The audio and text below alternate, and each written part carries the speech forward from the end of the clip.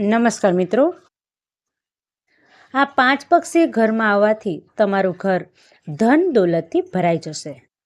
ભાગ્યશાળી લોકોના ઘરે જ આવે છે આ 5 પક્ષી. જ્યારે આ 5 પક્ષીમાંથી એક પક્ષી રાજા દશરથના ઘરે પણ આવ્યું હતું, ત્યારે તેમણે પોતે તે પક્ષીને ભોજન ખવડાવ્યું હતું. જો આ પક્ષી તમારા ઘરે આવે તો તમારે પણ સમજી લેવું કે તમારા ઘરમાં સાક્ષાત ભગવાનનો વાસ થવાનો છે. નંબર 1 ઉપર છે ચીલ અને બાજ. ઘરમાં ચીલ અને બાજનું આવવું ખૂબ જ શુભ માનવામાં આવે છે મિત્રો. ભાગ્યશાળી હોય છે એ લોકો જેમના ઘરે ચીલ એટલે કે ગરુડ અને બાજ આવીને બેસે છે. જ્યારે તેઓ તમારા ઘરે આવે છે ત્યારે તમારે સમજી લેવાનું કે તમને ધનની પ્રાપ્તિ થવાની છે અને ભૂલથી પણ તમે એને બગાડતા નહીં. તેમના બદલે તમે તમારી જાતને ભાગ્યશાળી માનો. ચીલ અને બાજને અશુભ માને છે, પરંતુ બિલકુલ એવું નથી. જ્યારે ચીલ અને બાજ માણસના ઘર પર આવીને બેસે છે ત્યારે તેનું નસીબ સુધરે છે મિત્રો. આ પક્ષીઓ તમારા માટે સારા સમાચાર લઈને આવે છે. 2 નંબરની વાત કરીએ તો કાગડો છે. કાગડો વેદ પુરાણ અનુસાર એવું મનાય છે કે કાગડો આવીને જો તમારી અગાસી ઉપર બેસી જાય ને મિત્રો, તમારું ભોજન ખાઈ લે ને, તો તમારી સાથે ક્યારેય કંઈ ખરાબ નહીં થાય. તમારા ઘરમાં ક્યારેય કોઈનું અકાળે મૃત્યુ નહીં થાય. કાગડાને દાણા અને પાણી આપવાથી વ્યક્તિનું મૃત્યુ ટળી જાય છે. જો કોઈ વ્યક્તિ કાગડાની સેવા કરે તો કાગડાનો અનંતકાળ સુધી વ્યક્તિના ગુણગાન ગાતો રહે છે. જ્યારે કાગડો આવી તમારી અગાસી પર બેસે ને તો તમે એને ભગાડતા નહીં હો મિત્રો, પરંતુ તેને દાણા અને પાણી આપજો. કારણ કે કાગડો પૂર્વજોનું પ્રતીક માનવામાં આવે છે. કાગડાની સેવા કરવી એટલે સ્વયં શનિ દેવની સેવા કરવી. આ પક્ષીને ખુશ કરવાથી રાહુ અને કેતુ પણ શાંત થઈ જાય છે. વ્યક્તિને શનિદેવ તરફથી આશીર્વાદ મળે છે, કારણ કે તે શનિદેવનું વાહન છે. 3 નંબરમાં જોઈએ તો ચકલી. શાસ્ત્રો અનુસાર શુભ માનવામાં આવે છે. ભગવાન રામના ઘરમાં પણ જોવા મળે છે. શાસ્ત્રોમાં તેનું વર્ણન વિસ્તારથી કરવામાં આવ્યું છે મિત્રો. રાજા દશરથ સ્વયં તેને લક્ષ્મીનું પ્રતીક માનતા હતા. ચકલીનું ઘરમાં આવવું સાક્ષાત માતા લક્ષ્મીનું આગમન થાય છે. જ્યારે આ પક્ષી તમારા ઘરે આવીને દાણા અને પાણી પીવે તો તમારે સમજી જવું કે તમારા ઘરમાં દેવી લક્ષ્મીનું આગમન થવાનું છે. ઘરમાં આ પક્ષીનો માળો બનાવવો પણ ખૂબ જ શુભ માનવામાં આવે છે. તમારા ઉપર કરેલ કોઈ પણ સંકટ આવે, કિસ્મતવાળા એટલે કે ભાગ્યશાળી હોય ને એને આવા સંકટ ન આવે. તે લોકો જેમના ઘરમાં ચકલી આવીને બેસે છે, માળો બનાવે છે, આવા વ્યક્તિના તો ભાગ્ય જ ખુલી જાય છે. ચકલીનો અવાજ સાંભળવો આ પણ શુભ માનવામાં આવે છે મિત્રો. આ વાતાવરણને શુદ્ધ પણ બનાવે છે મિત્રો. હવે 4 નંબરની વાત કરીએ તો નીલકંઠ પક્ષી. સૌથી પહેલાં વાત કરીએ તો નીલકંઠની શાસ્ત્રો અનુસાર માનવામાં આવે છે કે નીલકંઠ છે ને ભગવાન શિવનું પ્રતીક છે. બહુ ઓછા લોકો હોય છે જેમની છત પર સ્વયં આવીને નીલકંઠ બેસી દાણા અને પાણી પીવે. નીલકંઠ એક એવું પક્ષી છે જેને જોતાં જ વ્યક્તિના તમામ કષ્ટ દૂર થઈ જાય. જ્યારે નીલકંઠ તમારા ઘરે આવીને બેસે ને ત્યારે તેને દાણા અને પાણી અવશ્ય આપો.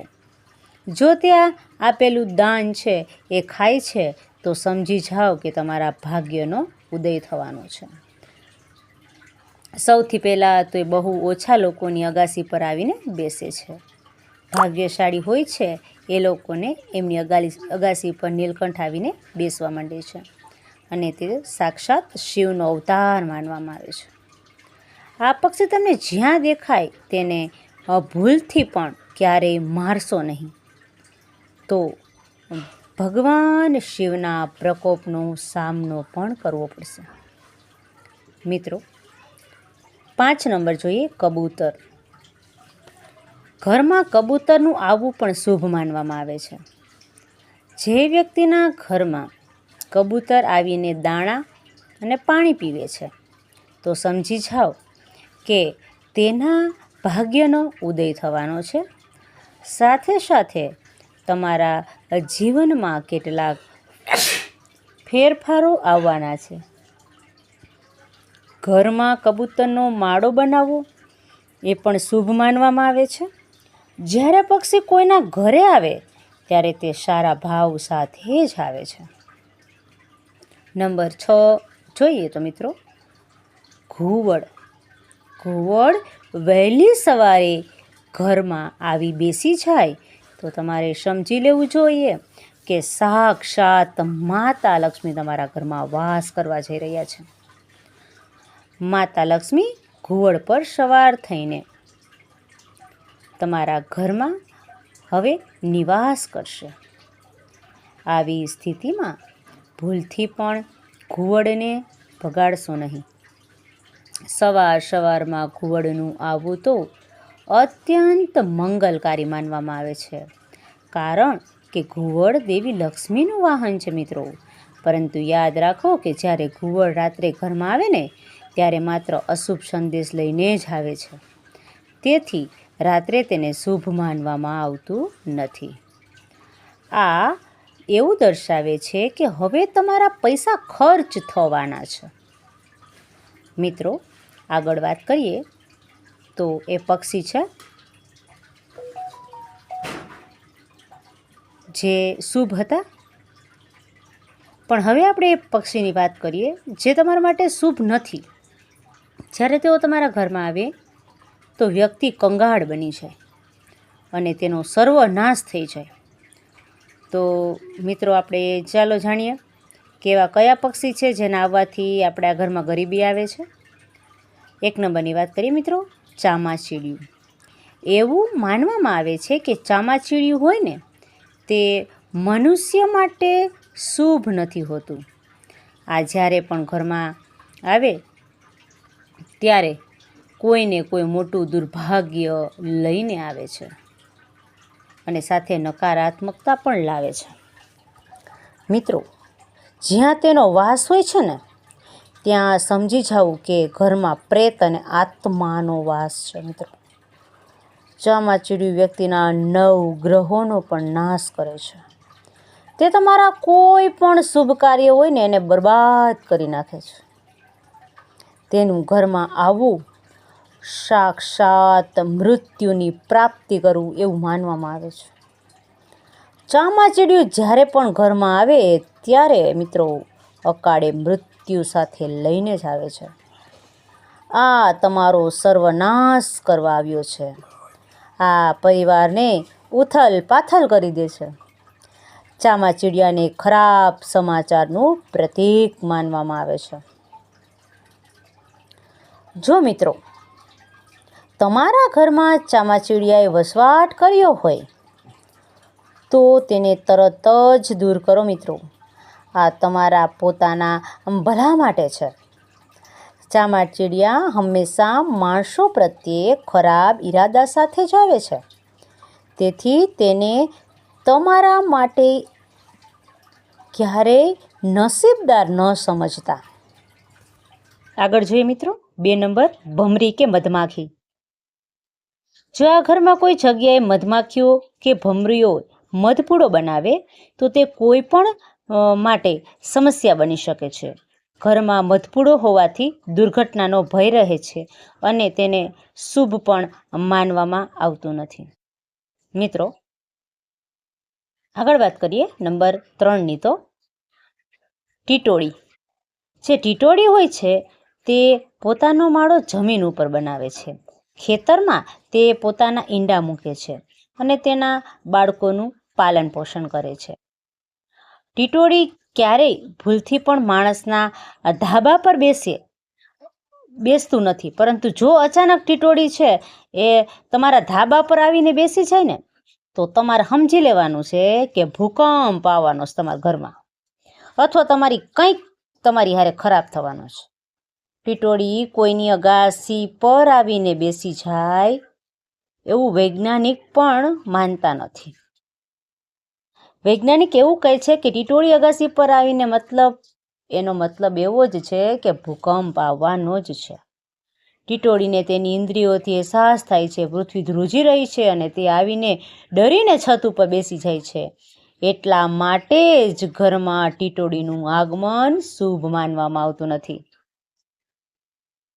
તો મિત્રો ચાલો એ પણ આપણે જાણીએ કે કયા પક્ષીઓ છે એને પાળવા શુભ માનવામાં આવે છે. ગાયનું પાલન અને પોષણ કરવું એ શુભ મનાય છે. તેનાથી વ્યક્તિના નવગ્રહમાં શાંતિ મળી જાય છે. વ્યક્તિ અનેક જન્મો સુધી પુણ્ય પ્રાપ્ત કરે છે. અને ઘરમાં પોપટ પણ તમે પાળી શકો છો. તેને પણ શુભ માનવામાં આવે છે. આવી સ્થિતિમાં તમે કબૂતર પણ પાળી શકો છો મિત્રો. તે પણ સારું માનવામાં આવે છે.